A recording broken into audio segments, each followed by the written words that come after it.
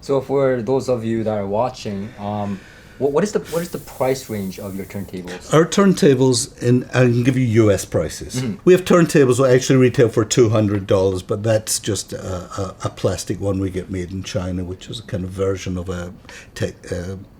kind of a Techniques DJ table. But it's actually amazingly good. And then we have the 1.3, which retails for $299, and then the 1.5 at $399. Now we have the 3.3, which I think is $700 in America, and we've got a new one. Should I talk about the new one? The new one, The classic. The classic? Out. No, you haven't. We have a new turntable coming out called the Classic, which is auto lift, auto stop. And there's been a lot of interest in getting something like that. A lot of people think it's bad to leave the record on at the end. All it does is, in my opinion, is make crud on the stylus. But we've designed a table. They'll be coming out in September, and it will have, as I said, come to the end of the record. It'll do 3 revolutions, and the arm comes up, and then it does another 2 or 3 revolutions, then it just stops. So that'll be coming out. That's going to be $600 retail. Then we have the 2.3, also about $600-700, and the 3.3, $700-800, and then the 5.3, the 7.3, the 9.3. So the range goes from literally from $299 US all the way up to $4,500. I see. So when you go up on the price ranges of your turntables, what are you getting more? A good question, as they say. I'm glad you asked that. I work on the principle of good, better, best. Mm-hmm. If you look at Project, for instance, which makes big turntables, they have 10 million turntables. They have round ones, they have square ones, they have rectangular, they even have a vertical turntable. Who the fuck needs a vertical turntable? They have, plastic ones, they have glass ones, and they are all things to all people. And I think it's just too confusing. And we just make a simple thing. So basically what happens is every time you go up in range on a music hall turntable, you're going from all turntable. Firstly, they all come with dust covers, all our tables. That's just, and cartridges, virtually all come with cartridges. So what you have is a motor, a bearing, and an arm. That's a turntable, essentially. When you go up the line on music hall, you start getting differences, and differences usually are a better bearing, better arm, better cartridge, better platter. So as you move up the line, you will find all these elements, or most of these elements, change as we go up the line.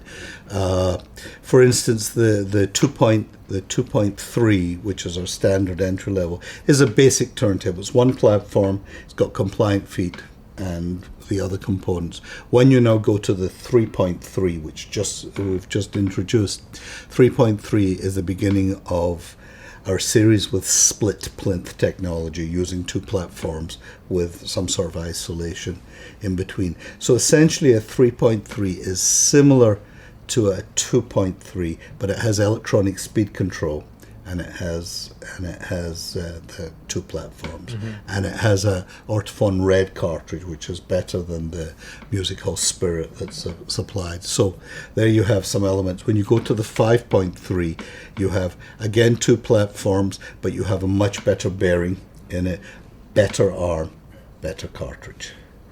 When you go up to the 7.3, you've got the same bearing, same arm, but much better cartridge, and you have an external motor.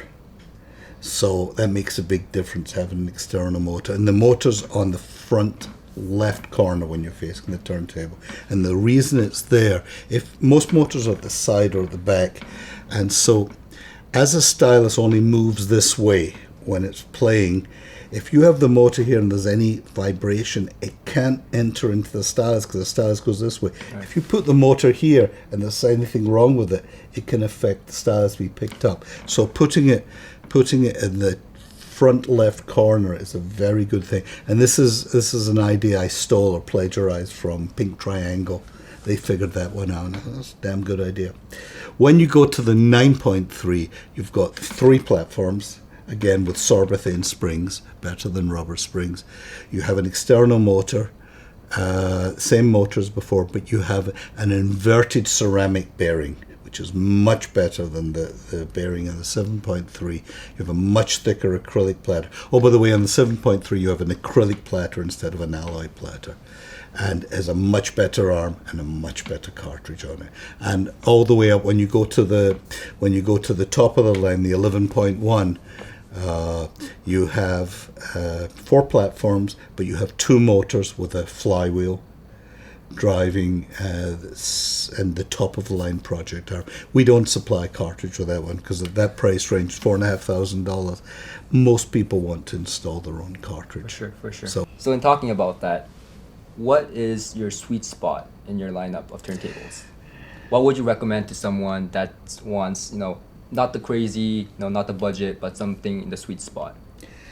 Well, judging on sales just now, we sell a lot of the inexpensive ones, and the 7.3 has been selling like crazy. Mm-hmm. But I've got a feeling the 3.3, which we just introduced, is going to do very well. We've already had very good response to it. 5.3, all good. I'm surprised with the 7.3. 7.3 is about $1,500-$1,600 in the States, so it's not cheap turntable, but that is a perennial seller. In fact, we're constantly, and right now we're out of stock of it. We can't seem to get enough of it. So which one would you choose if you were to have one turntable from your musical lineup, right? You have to live with I would one. go with the 3.3 or the 5.3. 3.3 or the 5.3. Okay. Because what they are is they're relatively affordable. Right. And it's a real turntable. It's not toy. It's great value for money. There's a lot there, a lot bang for the buck.